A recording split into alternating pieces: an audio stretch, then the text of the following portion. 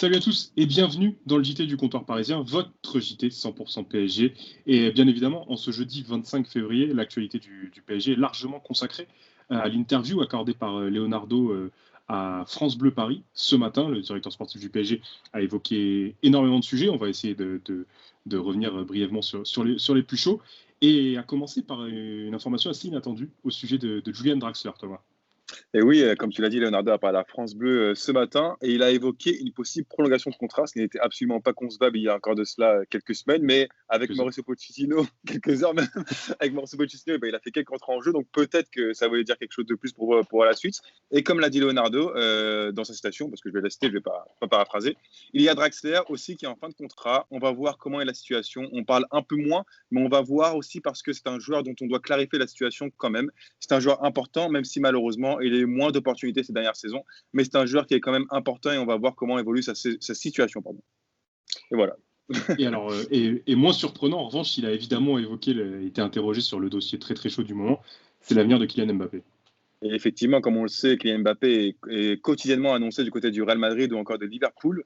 Concernant Mbappé, Leonardo a été plus simple et plus clair. Il a dit par rapport au contrat, on parle. Ça fait longtemps qu'on parle, on avance. On va arriver au moment où on doit prendre une position et une décision. On arrive à ce moment-là. C'est normal que ce soit comme ça. Il a une bonne ouverture dans le dialogue, mais on va arriver au moment de la décision.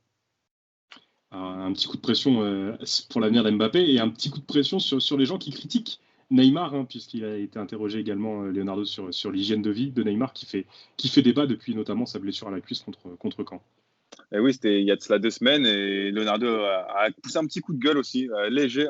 On connaît les coups de gueule de Leonardo.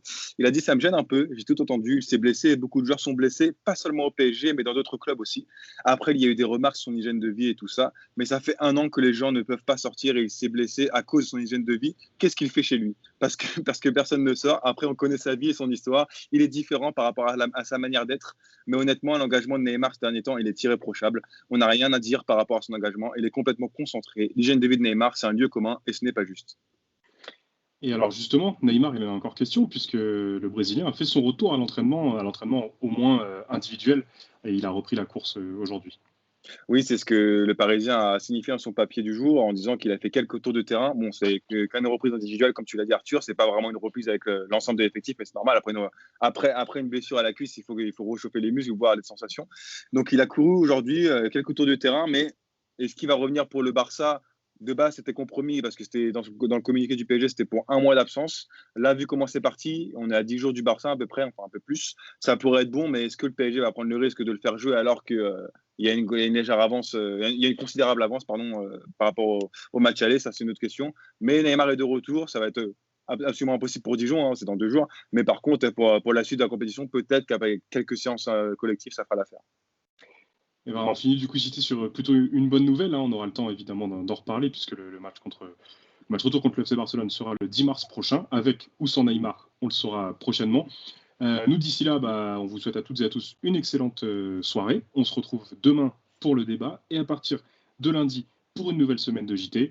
Et ben, merci à tous de nous avoir suivis et merci à toi Thomas pour ces informations. Et on se retrouve toujours un plaisir. demain.